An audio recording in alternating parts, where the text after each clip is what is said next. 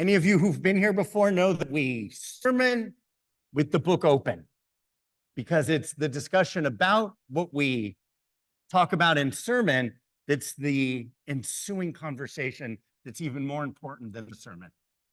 So if you could go to page 1140, 1140, everybody should have a book. This is in English. Everyone should have a book. This is the bigger book, the Eitz Chaim Torah book. There are two red books. It's confusing. If there isn't one in your row, go grab one close by. Eitz Chaim Torah book 1140. Good. I love seeing everybody grabbing a book. I'm going to be there in about 4 minutes. You know how your memories from when you were a little kid are so vivid. So my memory from my holidays when I was about 9 or 10 is, first off, we would say, "Mom, services are boring. Why do we have to stay?" And Mom would say, "Because I said so." And we'd stay, and inevitably, something stuck. On Yom Kippur, there are pages and pages and pages of wrongs we have committed. It's called the Al Chet prayer. Al Chet, and some people hit their chest, Al Chet. And, I remember reading through them thinking, I may have done that one. Don't think I did that one. Really don't know what that word means. But the nice thing about it is it creates awareness, and awareness is how change happens. And the list is not meant to oppress or have you feel bad about yourself. The list is meant to make you be aware. And as you're preparing for the high holidays, I really want to recommend going through that list. If you want a high holiday prayer book, ask me and I'll give you one today. Just bring it back. Because the self-awareness that prayer means to create is really important and powerful. The prayer is alphabetical. Aleph, Bet, Gimel. And when I was growing up, the prayer book tried to keep the alphabetical order in terms of the wrongdoings and correspond each word with the next letter in the alphabet. By the way, some words are hard to connect to a particular word in the alphabet, especially X. For the sin we have committed by xenophobia.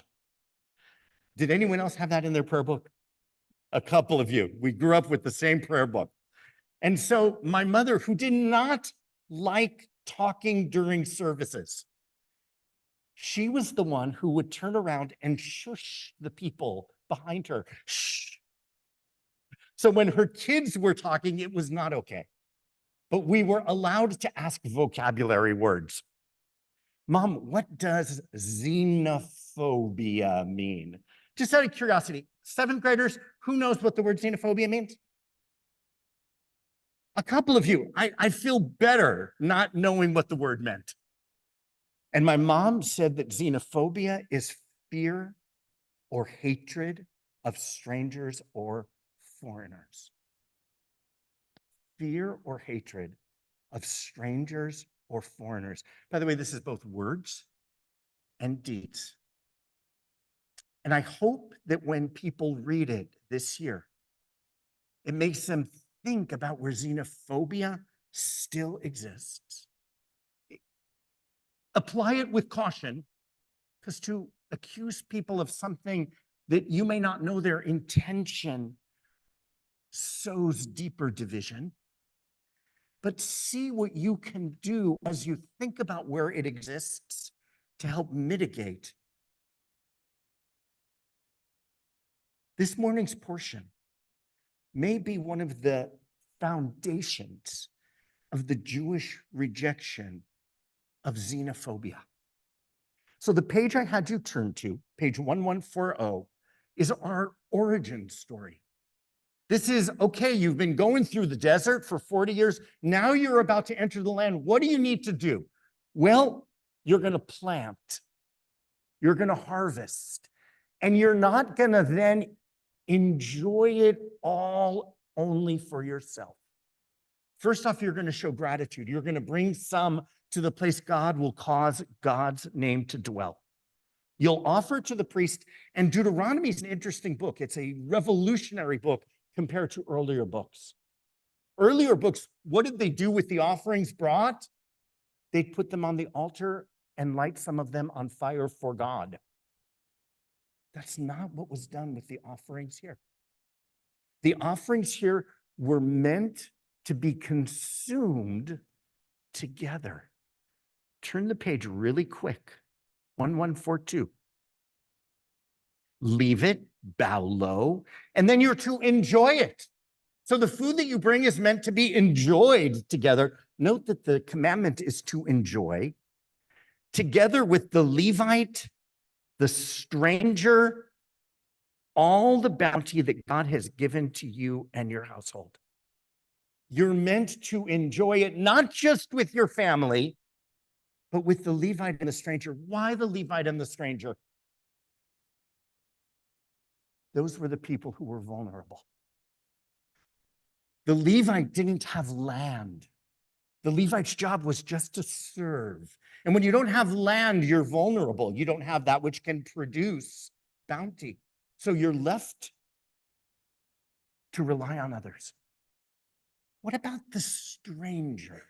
The word ger is an interesting word, and I'm going to use the word ger from now on. The word ger is the resident alien, the person who came to your country because they were looking for economic opportunities that may not have existed in their country. And that person is vulnerable. When you don't know the language, when you don't know the customs, when you don't have family, people can take advantage of you. And so this text says, you know what? That person who's vulnerable, they are included in your celebration. Think about what that would mean in terms of who is included in our celebration. By the way, if all of this section looks a little familiar to you, it's because it's from the Passover Haggadah. The foreigner is someone who is included. This, to me, is about human dignity. Why do we include? Because that person who's different, that person who's unfamiliar, that person who we often turn into the other, that person is created in the divine image, needs to be embraced and cared for. Now go back again a page. You bring all of this bounty, and you could say, here's all my bounty, I'm so grateful. But that's not what we say. There is a whole speech we give on 1141 where we say, you know what? My father was a wanderer, a fugitive Aramean.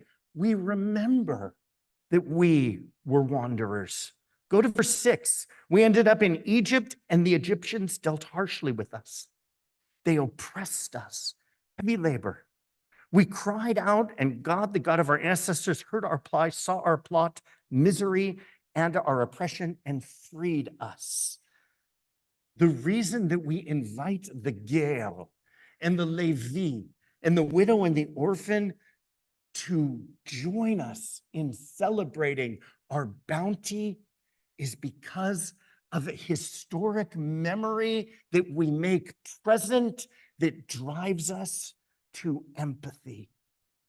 For me, a piece of the genius of Judaism is that the story we tell about ourselves and our origins is the story of oppressed strangers in a strange land, so that we are to awaken within us a care about the plight of the stranger we encounter in our land. By the way, I'm not going to have you turn to the spot, but if you went back a few chapters to Deuteronomy 10, we're not just supposed to care for the stranger, but what's the verb? What are we supposed to do regarding the stranger? Love. That's quite a commandment. Love the stranger. Love the stranger because you were strangers. By the way, love the stranger, it says, because God loves the stranger. And when we love the stranger, we are being godly. So we weave in a whole nother layer that it's not just, oh, how nice. Oh, this is our historic story. So we have to have empathy. It's that we are being godly when we care about the stranger. We are God's agents of love. As you read the text carefully, you start to see that they move scenes in order to deepen the message. Do you remember on the list of curses Bill read, cursed be the one who oppresses the stranger, the Levite, the widow? They worded in the negative. They worded in the positive. Now go back to that page you were at. This one is really important to read, 1142. And the question I want you to read this text with is, what and where is the context where this is happening? Verse number 11 tells us to do this in the place that God has caused God's name to dwell. So that's at the temple. That's when we're all together. By the way, I get sometimes gathering together, gratitude. We are a little more disposed to that person in need. I know that when I go to the Western Wall and they're all asking me for money, I'm digging into my pocket. There's something about a holy space. And then there's this little part of me that says, I don't know that I want to foster that kind of dependence. Look at the next verse. When you've set aside a tenth of your yield, so apparently every year we have to set aside a tenth. In the third year of what's a 7-year cycle, the year of the tithe, you have to give to the Levite, the stranger, the fatherless, and the widow, that they may eat their fill. The word for Hebrew in there is savea, in your settlements, bisha'arecha. So you don't just do kindness at the temple. They come into your gates, be it the city gates or your field gates, and they are supposed to eat until they're satisfied. That's quite an incredible thing to do. This implants in us an ethic against xenophobia. This demands that when we see people who are different, who may be foreign, who may be from another land, who are here, who are oppressed, we respond. When we see them mistreated, it lifts up our dismay. Listen to the words of the 13th century commentator, Sefer HaChinuch. We're to learn from this mitzvah to have mercy on any person who finds him or herself in a foreign place. By the way, be careful, careful, careful. I'm not talking about immigration policy here. I'm not. That's complicated, and there are lots of different points of view about how that should play out, all that have integrity. But I'm talking about treatment of people who are in our midst. I'm talking about never saying words that can cause them to be even more vulnerable, to cause others to turn against them. I'm saying that when that happens, this text calls on us to respond. To respond. It calls on the community to say, how do we create a dynamic of care? How do we create a dynamic of connection? How do we create realities of safety? And there are so many ways that this applies. Who is the ger, the stranger? Who is it? And I want to say that as we apply it personally and deeply, one of the saddest things that I have witnessed this year is that sometimes we have gone back to the status of ger, the stranger. So many kids have come and shared with us that they have felt marginalized, that they have felt attacked, that they have felt like they couldn't live with their own authenticity because they were treated as others, because simply they are Jewish.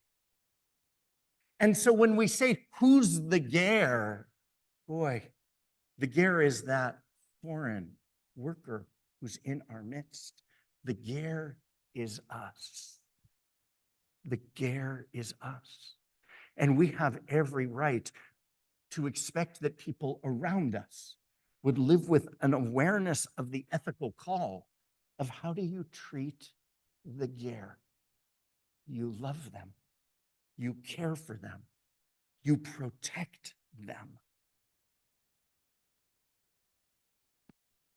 Just as immigration is complicated, and there are lots of points of view, Israel is complicated, and there are lots of points of view, and we get to disagree with passion and intensity.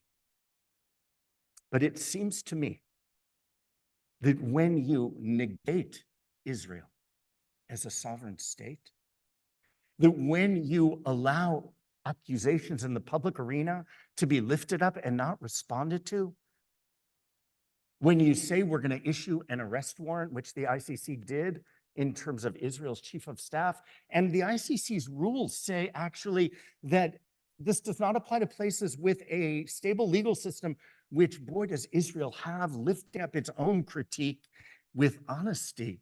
When you use that kind of dismissive language or silence, you are once again relegating to the status of oppressed ger.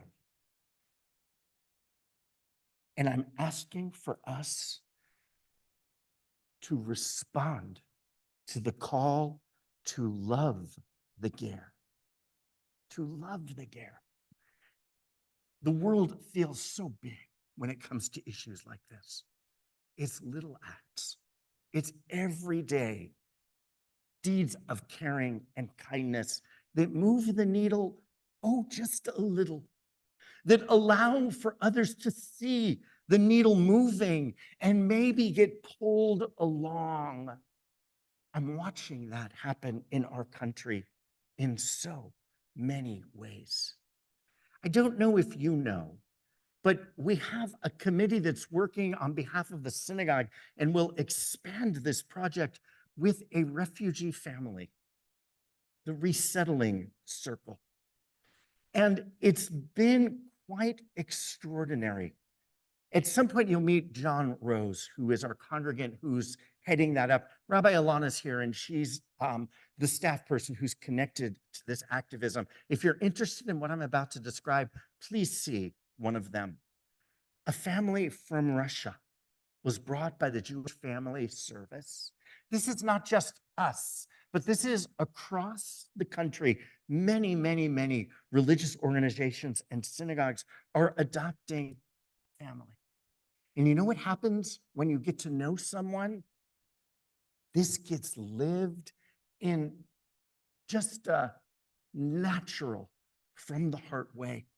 Because when you know someone and you know their story, you're not going to oppress, you're not going to hurt, you're not going to disparage. You will use your words carefully.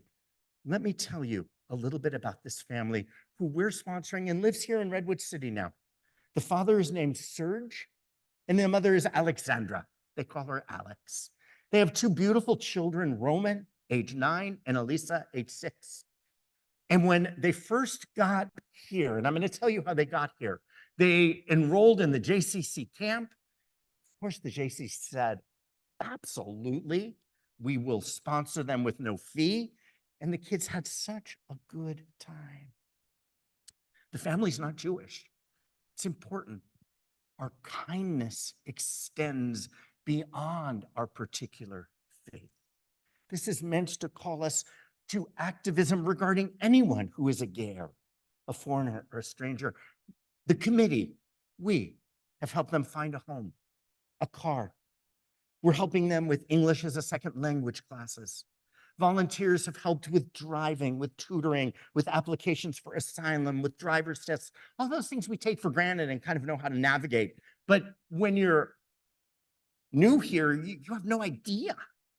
And we've listened to their story. There was a link to an interview with them in our synagogue communication. We send out so much, it's easy to miss it. Go back and read it. Read their stories of what it means to be here and about the help that they've received. They were asked, what's it like to be here? What do you miss? They miss family. They miss friends. They miss food. It's hard talking a foreign language. You know, my Hebrew is good, but it's different. There are words I can't find. There are things I can't say that I'd like to say. For all that their English is improving, it's really, really hard. The kids miss the snow. Alexander and Serge have said that they miss being able to express themselves fluently and fluidly. Serge misses working. Did you know that the immigration laws don't allow people to work for 6 months? So they're dependent. A piece of their story is that they were political activists. In Russia, they fought for democracy. They opposed the war in Ukraine. And why did they leave? They left because they were in danger and they wanted a place to live in safety with their family. By the way, all of these stories have twists and turns. They're unbelievable. So many points on the way where they encountered the Jewish community who lived this value. They talked about they got legally from Mexico to the United States, and when they arrived, they had no money for food, for shelter, for getting to their next destination. And a Jewish group came and said, let's help. They bought them bus tickets to Phoenix. There were twists and turns. So I want you to know the whole story, but know that they ended up somehow in San Jose. They were living in a homeless shelter, and they found the Jewish Family Service of Silicon Valley. And that's when they connected to our resettlement committee. They were so grateful to leave the shelter that they lived in for 13 months. They've moved into an apartment that a CBJ member had available below her house. They love California. Discovering the Bay Area, the children, as most kids do, are thriving. They're the English translators. People from the committee have invited them over for a swim. They feel safe, and they're so grateful. Havat Hager, love of the foreigner, the stranger, or however you want to translate it. It doesn't just help them, but it changes us. It reorients us. It reminds us who we're meant to be, and it lets us create a tiny little slice of a different world amidst the xenophobia that is so real in the world in which we live. So you'll be able to join in these efforts. We'll collect gift cards for the family. We'll do a Shabbat dedicated to celebrating the work of our committee during Sukkot on the 19th. John Rose will teach in our religious school. Again, see Rabbi Alana if you're interested. This is such beautiful work that we're doing. There are about 15 people currently on the committee. When you love the ger, you love the ger, it changes you. That's powerful. Let's hope that these efforts, that these acts, that this orientation ripples out to community, that it ripples out to country, that we are the voices that won't tolerate or allow xenophobia, that we see the pain of one another, and that we continue to act to bring healing and love person by person, word by word, and act by act. Let this become real. Shabbat shalom, everyone. So Amalia, are you feeling good? You should. I mentioned how woven into community you are, how loved you are, and to hear your voice start to ring out. Le Dorvador. There was Amalia. She was owning it. To watch you chant Torah, to watch your kindness, to know that you're the kind of kid who will give up what you want in order to help another person, to know that you're the kind of kid who will stand up when someone is in need and hurting, to watch that develop in you, that gives me hope. That gives me joy. That gives me such appreciation of the person you are becoming. May you feel the joy of this day. May you feel the connection to our people, and let today move you forward. Mazal tov. So I'm going to take Amalia and we're going to go next door. And we will call on teacher Esti, who will lead us in the Musaf service. And Amalia will be back for a rousing, excited Yismechu. Did you have a?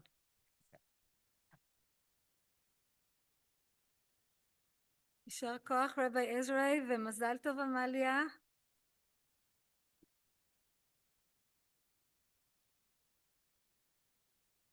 Just trying to open this. Okay.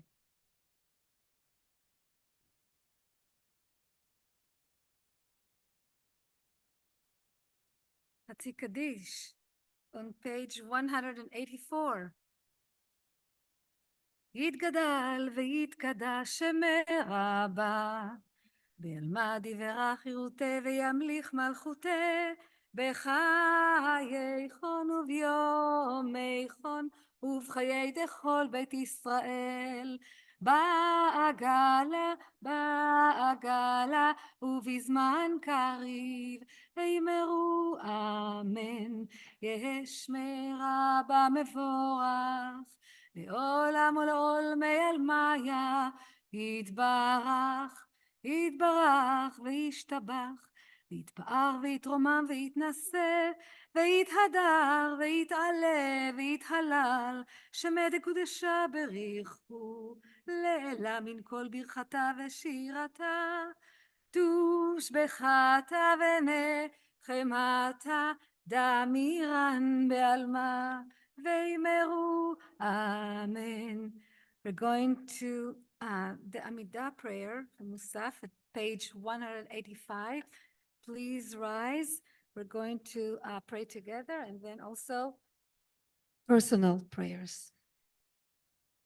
אדוני שפתי תפתח ופי יגיד תהילתך. ברוך אתה אדוני אלוהינו ואלוהי אבותינו, אלוהי אברהם, אלוהי יצחק ואלוהי יעקב, אלוהי שרה, אלוהי רבקה, אלוהי רחל ואלוהי לאה. האל הגדול, הגיבור והנורא, אל עליון, גומל חסדים טובים, וקונה הכל, וזוכר חסדי אבות, ומביא גואל לבני בניהם, למען שמו באהבה. מלך עוזר ופוקד ומושיע ומגן. ברוך אתה אדוני, מגן אברהם ופוקד שרה. אתה גיבור לעולם אדוני, מחיה מתים אתה רב להושיע, מוריד הטל. מכלכל חיים בחסד, מחיה מתים ברחמים רבים. סומך נופלים ורופא חולים, ומתיר אסורים, ומקיים אמונתו לשני עפר. מי כמוך בעל גבורות, ומי דומה לך? מלך ממית ומחיה ומצמיח ישועה, ונאמן אתה לחיות מתים. ברוך אתה אדוני מחיה המתים. 187.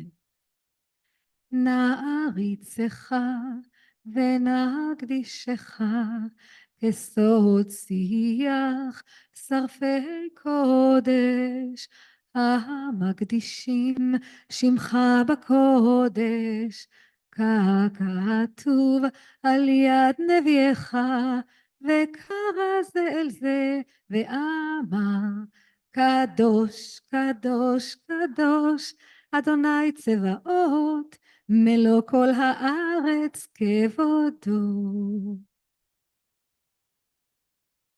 כבודו מלא עולם משרתיו שואלים זה לזה איה מקום כבודו לאומתם ברוך יאמרו ברוך כבוד אדוני ממקומו. ממקומו הוא יפן ברחמים ויחונם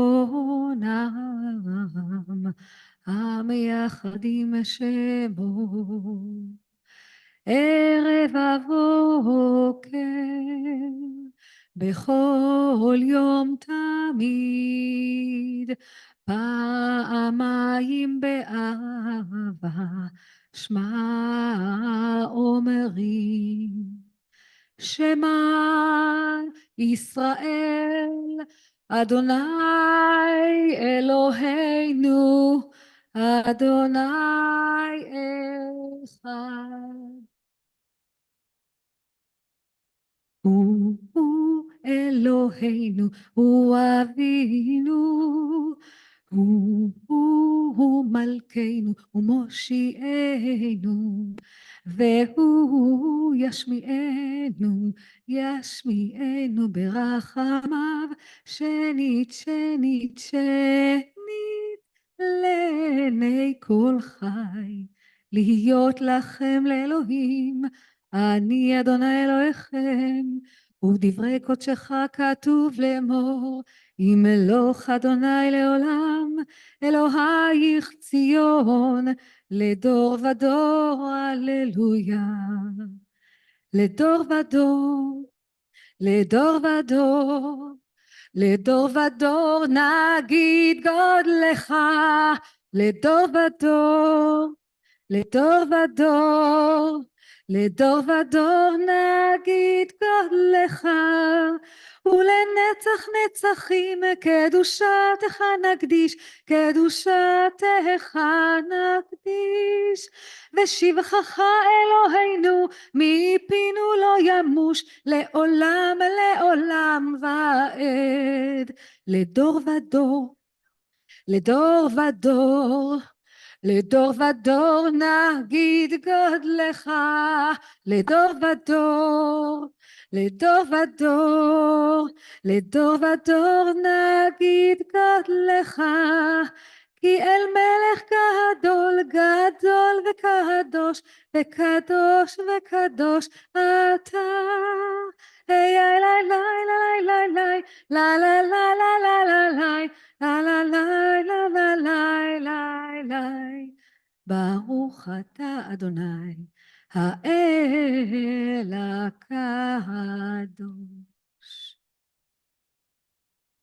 We continue silently reading and personal prayers.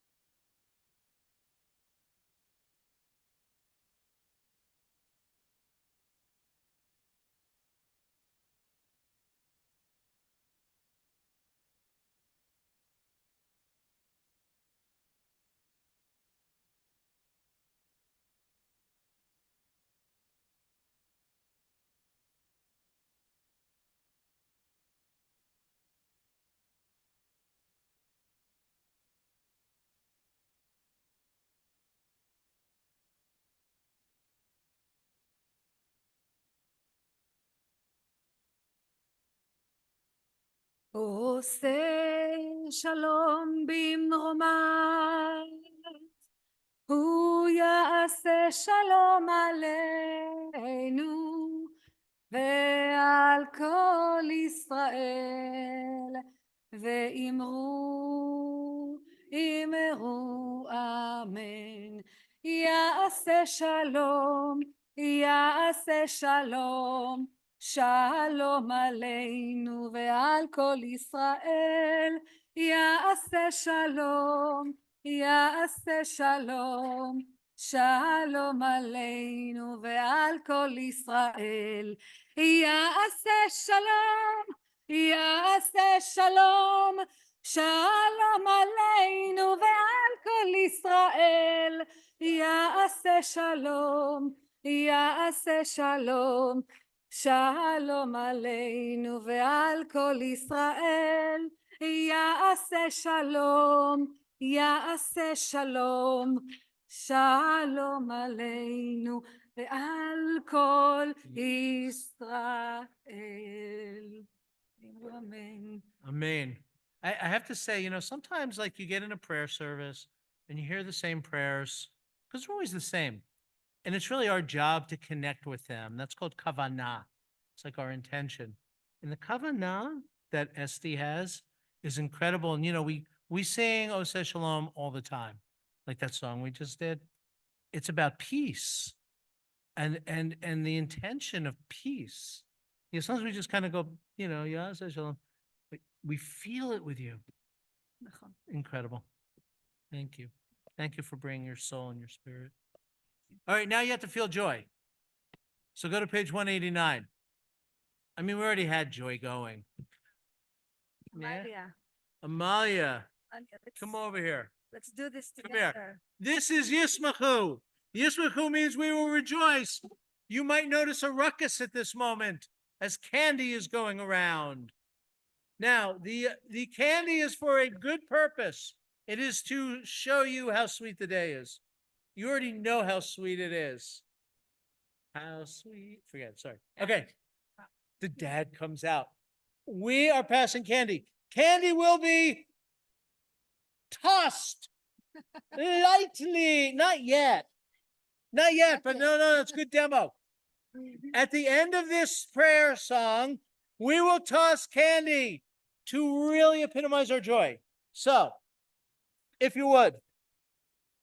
וישמחו במלכותך שומרי שומרי שומרי שבת וקורא עונג שבת. ישמחו במלכותך שומרי שומרי שומרי שבת וקורא עונג שבת. מקדשי שבי שבת כולם ישמעו וינדגו מטובך שבת. ישמחו במלכותך שומרי שומרי שומרי שבת וקורא עונג שבת. ישמחו במלכותך שומרי שומרי שומרי שבת וקורא עונג שבת. והשביעי רצית בו וקידשתו שבת חמדה ימים אותו קראת שבת. ישמחו במלכותך שומרי שומרי שומרי שבת וקורא עונג שבת. ישמחו במלכותך שומרי שומרי שומרי שבת וקורא עונג שבת. זכר למעשה בראשית שבת. זכר למעשה בראשית שבת. ישמחו במלכותך שומרי שומרי שומרי שבת וקורא עונג שבת. ישמחו במלכותך שומרי שומרי שומרי שבת קורא עונג שבת.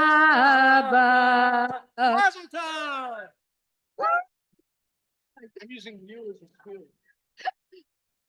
Happy to be here too. Kids, come get the candy. Clean up the candy. I want one bag.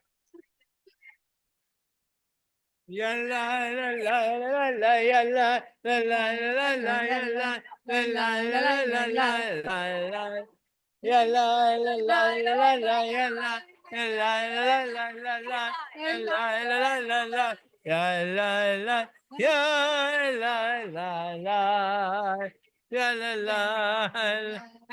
la. Easy, easy, Ollie. La, la, la. All right, kids, you may return to your places. Okay. Hard as it is to believe, we are still in our service. I would say that fell on deaf ears, but it fell on loud voices. Okay. Don't roar. Shh. We got the shushers out. Okay. Here we go. We are going to be concluding the service. We have 3 or 4 prayers, and we get to hear from you in a bit. We're going to page 203 for Kaddish Shalem 203. It's good to be back. Nice. יתגדל ויתקדש שמי רבה, ועל מה דברך רותה וימליך מלכותה, בחייכון וביומכון ובחיי דכל בית ישראל, בעגלה ובזמן קריב, ואמרו אמן, יהא שמי רבה מבורך, לעולם ולעולמי עלמיה, יתברך. יתברך וישתבח ויתפאר ויתרומם ויתנשא ויתהדר ויתעלה ויתהלל שמי דקודשה בריחו לעילה מן כל ברכתה ושירתה תושבחתה ונחמתה דאמירן בעלמה ואמרו אמן. תתקבל צלות און ובאות און בכל ישראל קדם עוון דיד ישמיה ואמרו אמן. יהא שלמה רבה מן שמיה וחיים עלינו ועל כל ישראל ואמרו אמן. עושה שלום במרומיו וברחמיו יעשה שלום עלינו ועל כל ישראל ועל כל יושבי תבל ואמרו אמן. Let's turn to page 204. Amalia, come on back. We have Enk Eloheinu, and your friends are to join you. Yes, you qualify. Friends and positive acquaintances. Yeah, non-Jewish friends, of course. Come on. It's Enk Eloheinu. It's joyous. We should get the gospel choir, like in Keeping the Faith. Here we go, page 204. Okay, ready? 1, 2, 3. אין כאלוהינו, אין כאדוננו, אין כמלכנו, אין כמושיענו, מי כאלוהינו, מי כאדוננו, מי כמלכנו, מי כמושיענו, נודה לאלוהינו, נודה לאדוננו, נודה למלכנו, נודה למושיענו, ברוך אלוהינו, ברוך אדוננו, ברוך מלכנו, ברוך משיענו. אתה הוא אלוהינו, אתה הוא אדוננו, אתה הוא מלכנו, אתה הוא מושיענו, אתה הוא שהקטירו אבותינו, לפניך את קטורת הסמים. As we open the ark, we rise for Aleinu. We face the ark. עלינו לשבח לאדון הכל, לתת גדולה ליוצר בראשית, שלא עשנו כגויי הארצות, ולא שמנו כמשפחות האדמה, שלא שם חלקנו כהם, וגורלנו ככל המונם, ואנחנו קוראים ומשתחווים ומודים, לפני מלך מלכי המלכים הקדוש ברוך הוא, שהוא נוטה שמיים ויוסד הארץ, ומושב יקרו השמיים ממעל, ושכינתו זו בגבהי מרומים. הוא אלוהינו אין עוד, אמת מלכנו אפס זולתו, ככתוב בתורתו, וידעת היום והשיבותה אל לבביך, כי אדוני הוא אלוהים בשמיים ממעל, ועל הארץ מתחת, אין עוד, אין עוד.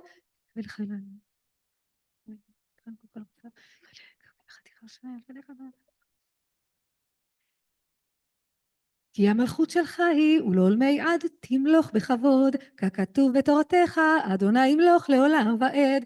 ונאמר והיה אדוני למלך על כל הארץ, ביום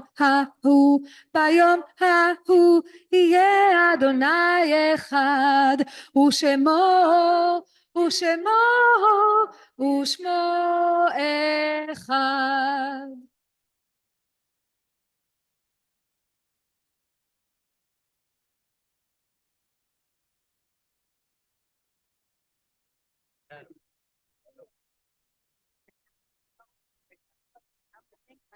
No, you're not. Yeah. Where's the list? Need them.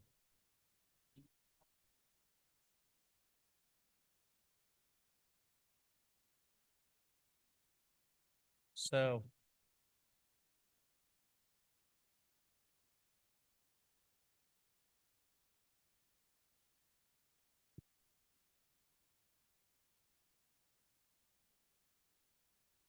We're not big on like the shushing here, you know?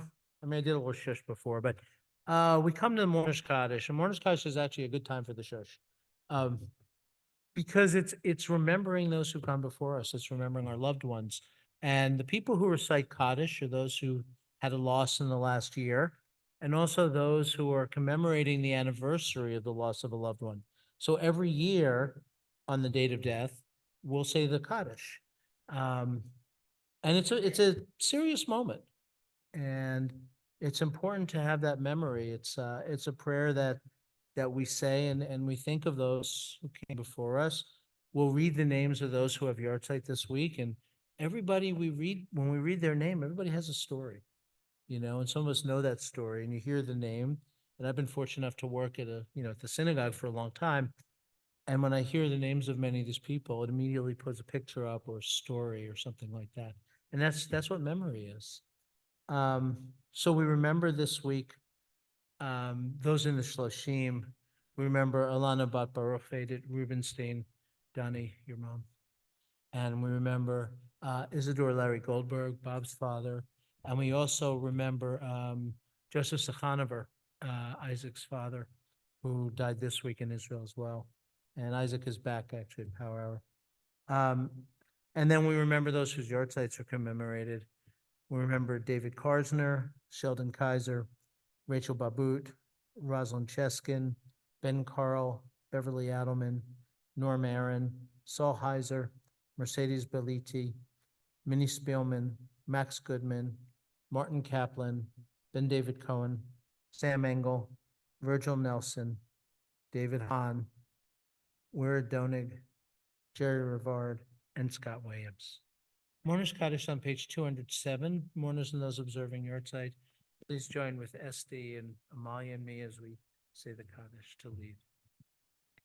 We'll leave it together.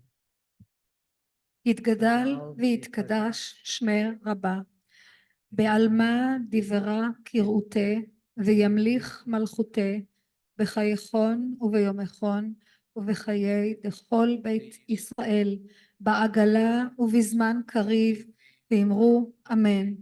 יהא שמי רבה מבורך לעולם ולעולמי עלמיה. יתברך וישתבח ויתפאר ויתרומם ויתנשא ויתהדר ויתעלה ויתהלל שמי דקודשה בריך הוא. לעילה מן כל ברכתה ושירתה תושבחתה ונחמתה דאמירן בעלמא ואמרו אמן. יהא שלמה רבה מן שמיה וחיים עלינו ועל כל ישראל, ואמרו אמן. עושה שלום במרומיו, הוא יעשה שלום עלינו ועל כל ישראל ועל כל יושבי תבל, ואמרו אמן. You can be seated. I know it's a long service, like Rabbi mentioned before. We're coming toward the end, but it's nice at the end to have this climactic moment of parents addressing their children. And so we'll invite Rachel and David to say a few words to Amalia.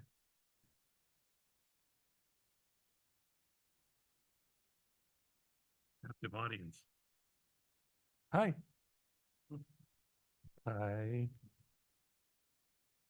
I love that this parsha is for your bar mitzvah, bat mitzvah, because it feels to me like it's a selection that's really a good fit for you. And after having Noah as my bar mitzvah and both of your siblings, it's nice to have a change. What a fascinating passage full of threats and blessings. I'm now going to prove that I can read minds.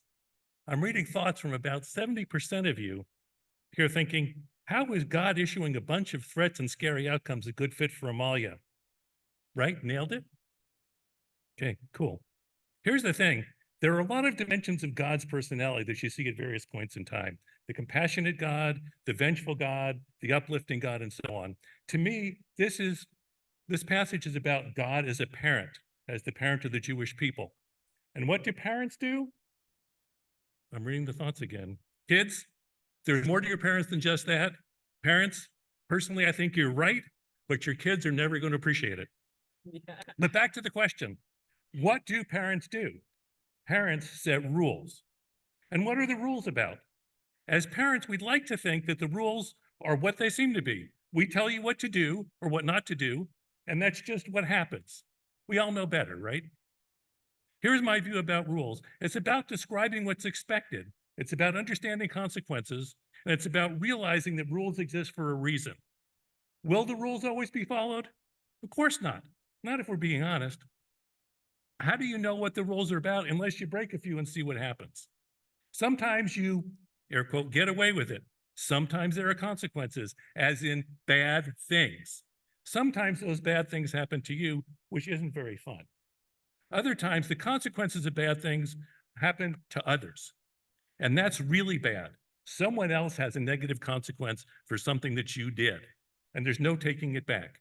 You can apologize, sure, but that doesn't fix it. You can try and maybe even succeed at making amends, but even then, it's better not to have had the consequence of doing something bad in the first place. Which brings us to what I think this parsha is really all about, owning it. When you follow the rules, things usually turn out okay. And when they don't, it's not because you're following the rules, it's because of something else. But when you break the rules, you have a choice to make. You can think, that's annoying. Why should that happen to me? Or you can think, oh, well, I don't care anyway. The point of the rules, and especially the threats about consequences, is to help to set the stage for mature thinking. If rules have value and not following rules has consequences, then maybe, just maybe, if not following a rule and a consequence has happened, maybe the consequence was actually caused by not following the rule. By which I mean, you can choose to defy or ignore what's right. But when you do that, be prepared to accept the consequences. Not only is God being the parent of the Jewish people, it turns out he pretty much invented the concept of growth mindset. What is growth mindset? I hear you think some of you don't know it. Well, it's the idea that the best way to really learn something is to make a mistake and, key point, own up to the consequences of that mistake. Do badly on a test or a homework assignment? You have the choice to say, I didn't really care about that anyway, or think, now I know exactly what I need to study in order to understand it better. The more you do the latter, the more that you improve. Okay, quiz for everybody. How many times in the Torah is there some passage about it doesn't matter what you do, if you realize you've done something wrong and you can do better, God is basically there for you with open metaphorical arms? Anybody? It's okay, I don't know the answer either. But the point is, if that isn't growth mindset, I don't know what is. You know, I attended Torah study for years, beginning when Asher, the little guy over there, was old enough to start attending junior congregation. The question on my mind for all those years was, Why was God so involved with the Israelites in so many ways for so long? We got to Israel and then he just disappeared. Didn't make sense to me. Now, getting ready for this, it really does. God did so many things to help. He freed the people from slavery. Did they thank him? No, mostly they just complained a lot and whined a lot. Much like as a parent, I think God knew that you can't keep bailing people out from their problems time after time. There's a lot to be said for people learning from their mistakes. So God, like any good parent, realized he needed to step back and let the people own it. He knew they'd make mistakes because that's how you learn. And this is what this parsha is all about, at least to me. The time is coming. The people have to own this. You have to own this. But first, one last lecture about what to do and what not to do. That's what Ki Tavo is about. In many ways, it sucks to be a parent and have your kids grow up. Okay, motion time. They've needed you, like really needed you for so long. And then it's time when the only way they can become their own people is for the parents to step away. We've seen this happen with Asher. He's on his own now, making mostly good decisions and learning about what and who he wants to be. The same is starting to happen with Crystal. Parents need to step back. It's the only way that kids can reach their own potential and have their own lives. Parents, it sucks. And it's sad and happy at the same time. It's only from seeing my kids grow up that I suddenly realized what it was like for my parents. That my being fiercely independent meant that they had only a limited idea of who and what I'd become. So why is this the right parsha for you? Because you're seeing the glimmer of adulthood. Because today you are an adult in the eyes of God, which doesn't mean you get to do whatever you want. It really means that now the choices you make, you need to own.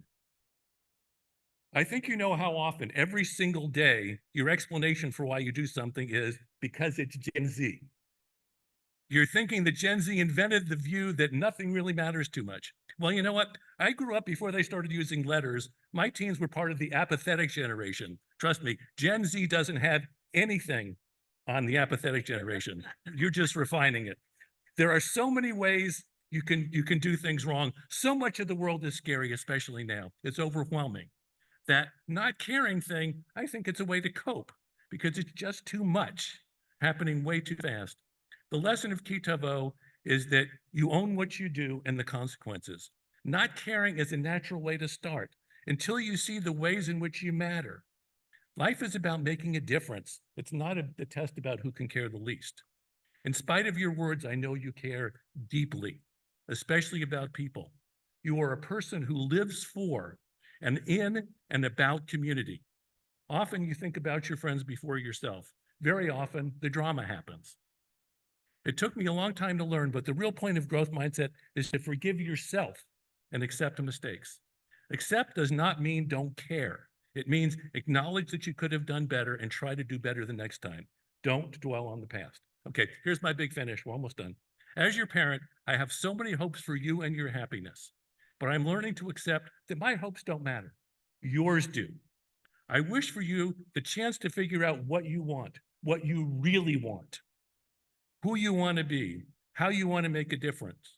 And then that you accept that a growth mindset, that making mistakes along the way will get you there. As long as you accept the mistakes and the consequences and use them to become a better person and to more closely reach your goals. Your mom and I are your biggest cheerleaders. We always will be. Cheerleaders don't call the plays. It's not a game. It's your life. Own it.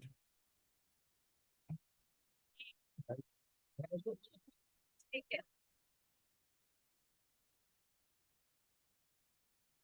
Yeah.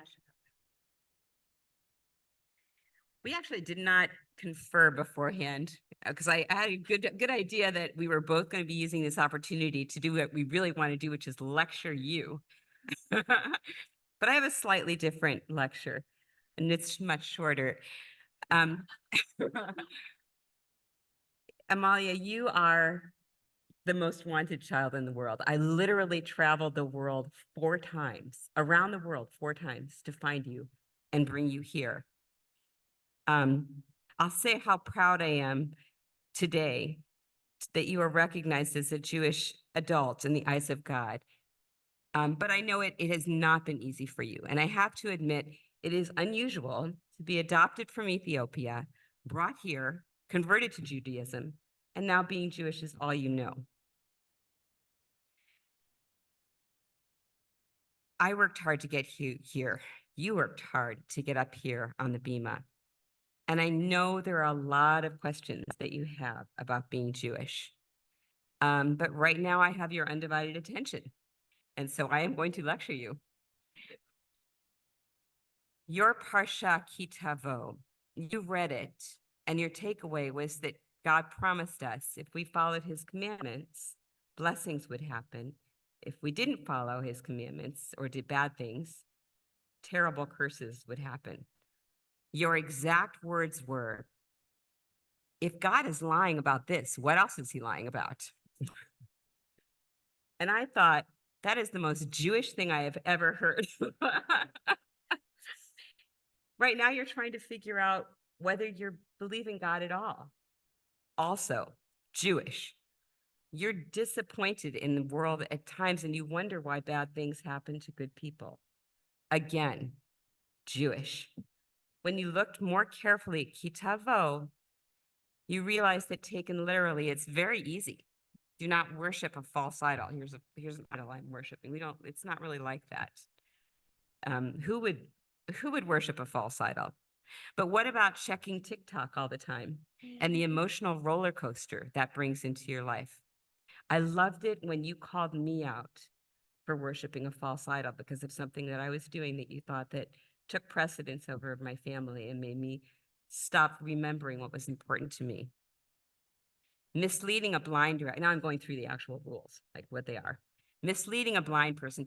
Who would do this? Who would actually put a stumbling block before a blind person? But it's easy to see when other people worship false idols. And I'm hearing you say it a lot. It's easy to see other people misdirecting a blind person or bashing a kid's head into a desk. It's easy to see when you're doing the blessings or the good things and not getting blessings. What's harder is to look inside yourself. And that's your next step in this journey. What about teaching a 10-year-old TikTok? What about walking into Sephora with my credit card and 2 other teenage girls? Yeah. You're Jewish. For me, it's just a way to live honorably in the world with other people. For you, I don't know. Your story of how you got here is now your story. It's not really mine to tell anymore. And your story of who you become as a Jewish person is also up to you. You've got the rest of your life to figure it out. I love you, honey. Shabbat shalom. Take it. Take it.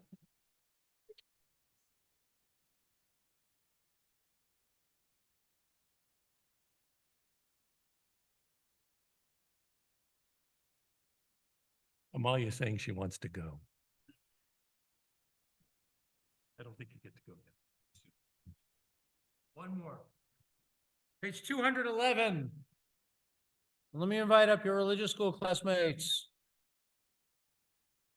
who apparently have all memorized Adon Olam. I love that. What? With Leah? No. Camp friends, other friends? Going once, going twice? Cover up people? All right, page 211. Here we go. 1, 2, 3. Adon Olam.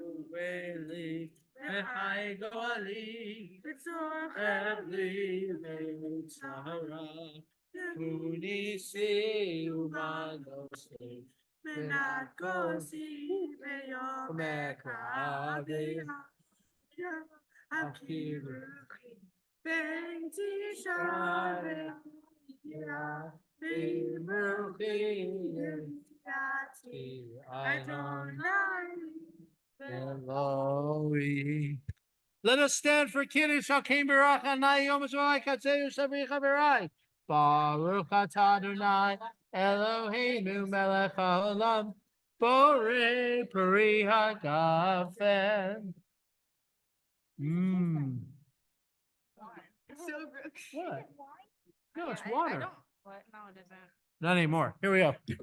Whoops. Okay, here we go. Baruch atah Adonai Eloheinu haolam hamotzi lechem haaretz. Shabbat shalom. Thank you to Rachel and David for a beautiful lunch, which is behind us in the social hall. Take. No. Oh, man. Put water in, now it's water. It's a miracle. You, have some power. You, have some power. Jews. You are the Jews. Did it. All right, nicely done, peoples. Thank you for not dropping the Torah. I figured I'd just go say perhaps at the, hey, you know what, if it were spring, I would absolutely do it. Oh, in the middle? In the spring, yeah. Yeah, when it's like perfectly balanced. nice, Yeah, yeah. of course. Next time you're in town, we're gonna make you do it. Yes. you may.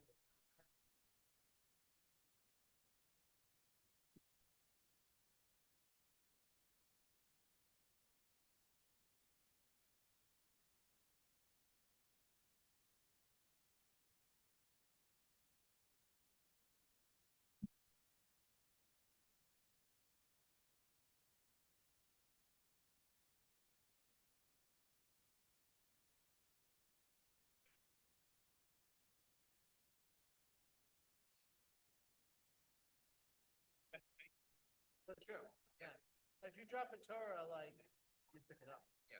Generally speaking, you don't. Well, it depends on how badly you drop it.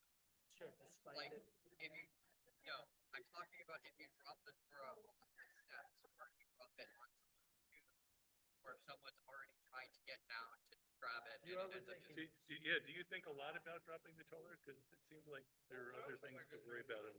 Sure, there's nothing else to think about at this moment. Figure, try to understand what they You know, it was a long time before I realized that people could share the load of like not eating.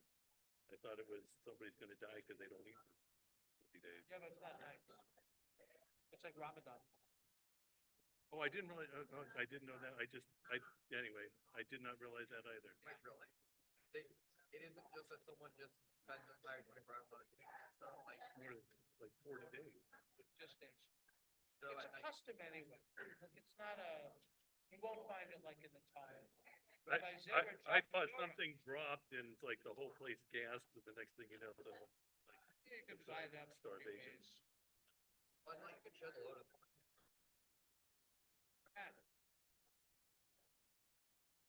You have 10 people, and the guy who dropped it has to do 31, everybody else does. Okay, so we should get all these papers.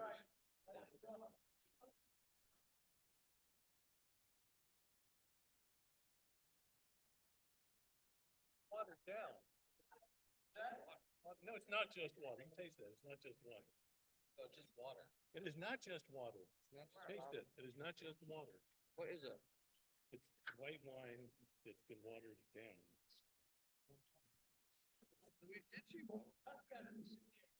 Probably because they don't think the kids are gonna be able to handle it. Okay, so this is Amalia's that she's forgetting. This mom wants.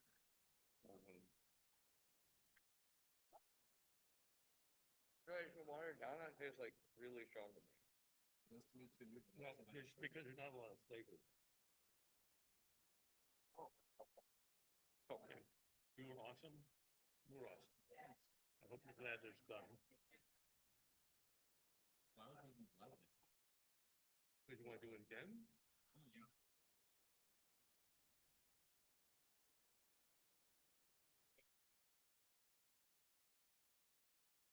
gonna go to the car and drop stuff off, and you bring your stuff. Yes.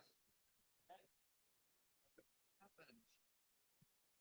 That's I collected it all together, so My folder, this one's yours.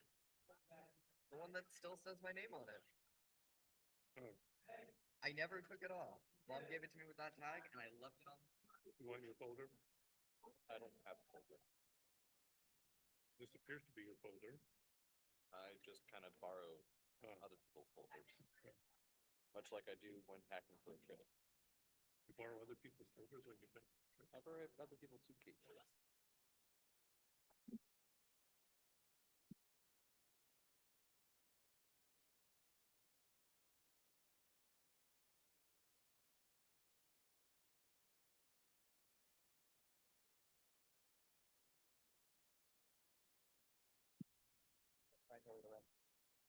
You left over?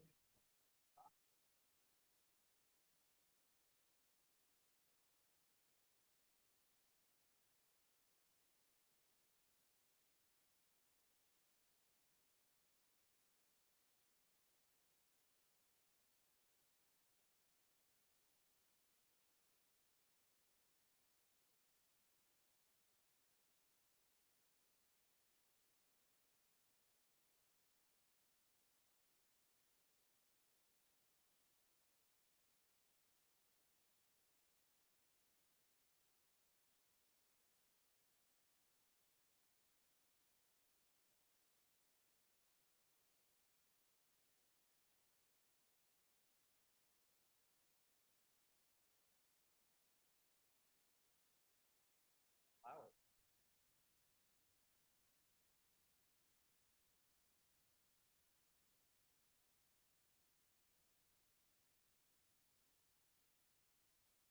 They said they got all the candy.